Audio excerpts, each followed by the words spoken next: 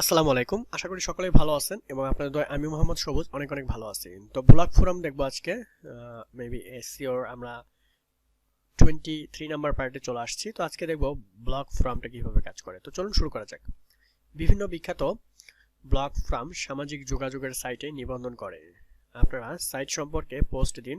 যেহেতু এই সাইটগুলোতে প্রতিদিন প্রচুর ভিজিটর আসে, তাই তারা আপনার সাইটের খবর পেয়ে যাবে। ফোরামে স্বাক্ষর হিসেবে নিজের সাইটের লিংক ব্যবহার করুন, তাহলে যত পোস্টে মন্তব্য করবেন সবখানে আপনার সাইটের লিংক থাকবে। বিশেষ করে ডু ফলো সাইটে বেশি পোস্ট বা সম্ভাব্য করুন, ফলে আপনার সাইটে ট্রাফিক তো বাড়বেই, পাশাপাশি গুগল আপনার লিংকটি গণনা করবে।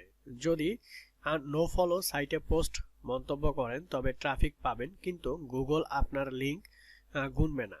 কোনো ব্লগ বা সাইট বা ফোরাম ডু ফলো কিনা তা দেখে ওই সাইটে এমন কোনো পোস্টে যান যেখানে মন্তব্য কোনো লিংক আছে। এবার এই পেজের সোর্স কোড দেখুন। ফায়ারবক্স রাইট বাটন ক্লিক করে ভিউ পেজ সোর্স, এখানে খুঁজে দেখুন লিংকের সাথে নো ফলো আছে কিনা। যদি থাকে তাহলে এটাকে নো ফলো সাইট, আর নো ফলো ডু ফলো কিছুই লেখা থাকে না, do follow site.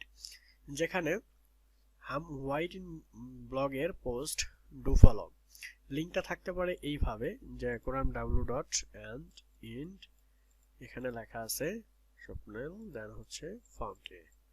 Okay, some white blog post do follow, কিন্তু মন্তব্য নো ফলো। মন্তব্যে লিংক আছে এমন পোস্ট এর সোর্স দেখবেন টার্গেট ব্ল্যাঙ্ক, এরপরে নো ফলো লেখা আছে। ফায়ারফক্সে কয়েকটা এক্সটেনশন আছে যেগুলি ইনস্টল দিলে তারাই ব্রাউজিং এর সময় বলে দেয় কোনটা ডু ফলো আর কোনটা no follow site. No follow do follow নামে অ্যাডমিনটি দিয়ে এই সুবিধা পেতে পারেন। তো বোঝা গেল আসলে ব্লগ ফোরাম এবং ডু ফলো এবং নো ফলো জিনিসটা কি। Thank you so much watching this videos.